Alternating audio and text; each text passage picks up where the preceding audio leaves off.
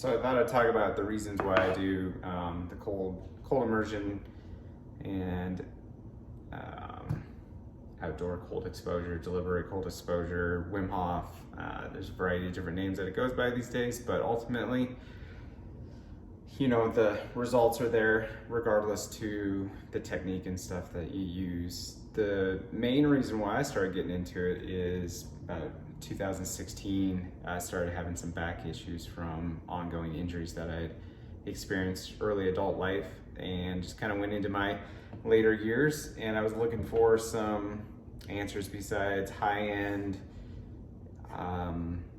high-risk, very expensive medications for like inflammation, other stuff that doctors had said that I had, like ankylosing spondylitis. And so I went, and my friend told me about cold exposure from another friend who was doing it, and I started taking cold showers. I really honestly could only last about 15 seconds. The idea of cold was just so interesting, and to force yourself to take a cold shower was something that I was like, oh, I don't understand why you would want to do this. But then it progressed into more and more of experiencing just different effects of it. So not only was it giving me relief for hip pain, because I'm looking at a double hip replacement under the age of 40, or I was then. I'm over 40 now, but the effects were that I could get through a day or a morning or a few hours without having significant pain, and just able to get going on my day. And I was able to get to work, I was able to function.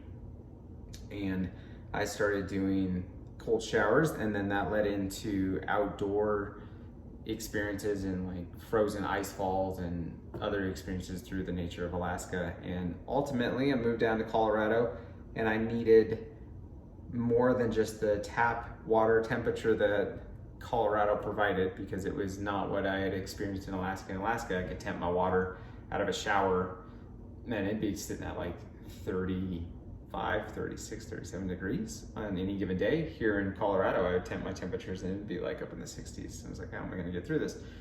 So I ended up getting a very high-end cold exposure tank, and I use it pretty much daily.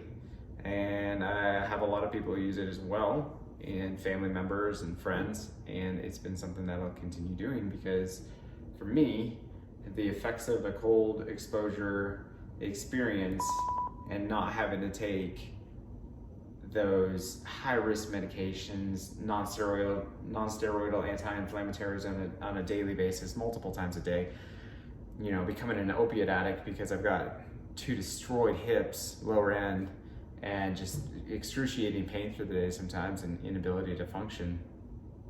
Taking an ice bath seems to, you know, keep me going in my mornings. So that's kind of like the quick go.